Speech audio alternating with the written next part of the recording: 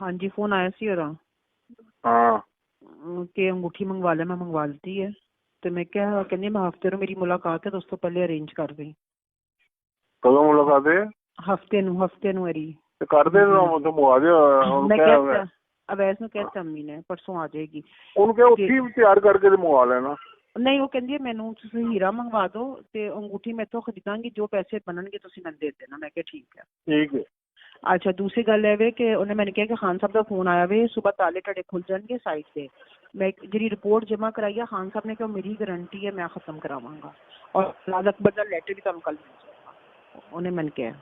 ਔਰ ਜਿਹੜਾ टाइम है ਤੁਹਾਡਾ ਬੀਬੀ ਰਾਤ ਨੂੰ ਮੈਨੂੰ ਦੱਸੇਗੀ, ठीक है, क्योंकि मेरी तो पूरी चढ़ाई की है। मैं क्या एक काम नहीं हुआ फरा, देखो है एक काम नहीं हुआ। इमरान खान साहब ने भी 4 दिन ले लिए हैं, अभी तक लेटर नहीं आया, ताले भी लगे हैं, रिपोर्ट भी जमा हो गई है। मैं क्या अदालत में तो क्या बनेगा हमारा। मैंने कहा तो कहती तुम पैनिक ना हो। तो फिर मैंने पे फोन आया कि बीबी है कह रही है, ठीक है कल तन लेटर लाजमी मिलेगा। हफ्ते तो पहले मंगवा दी हूँ। ये तुम किसको अंगूठी दे रही थी? तूने अव्वल को तुमने दी क्या है?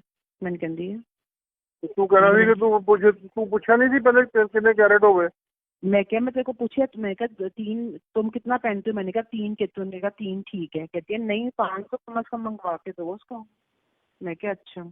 तो मैं मंगवाती थी, मैं क्या ना वे भी पी जावे, मैं उन्हें मंगवाती है वापस। तो मैं क्या तन परसों मिल जाएगी।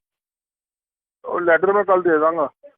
हाँ ठीक है ठीक है। कोई अबू कहते कल लेटर मैं तुम भेज दूंगा। हाँ मैं आज बड़ी चढ़ाई की आके। मैं क्या मैं नहीं डिस्टर्ब हुई है, मैं सुबह ना रोई हाँ। मैं क्या अगर अबू दी अगर मेरी ये फीलिंग है तो अबू दी कितनी फीलिंग है। मैं क्या जगह जगह अबू बंदियां नू ट्रेस कर रहा है, फेस कर रहा है। मैं क्या और हर कोई लॉलीपॉप दे रहा है। मैं क्या कहती ना पैनिक हो। मैं 2-3 फोन उत्ते थले किते ने। मेरी बीबी ना गल हो गई, लेटर तन कल लाजमी मिलेगा, सुबह ताले खुल जाएंगे। खान साहब ने क्या रिपोर्ट का जिम्मेदार मैं। गल खत्म, बस ठीक है।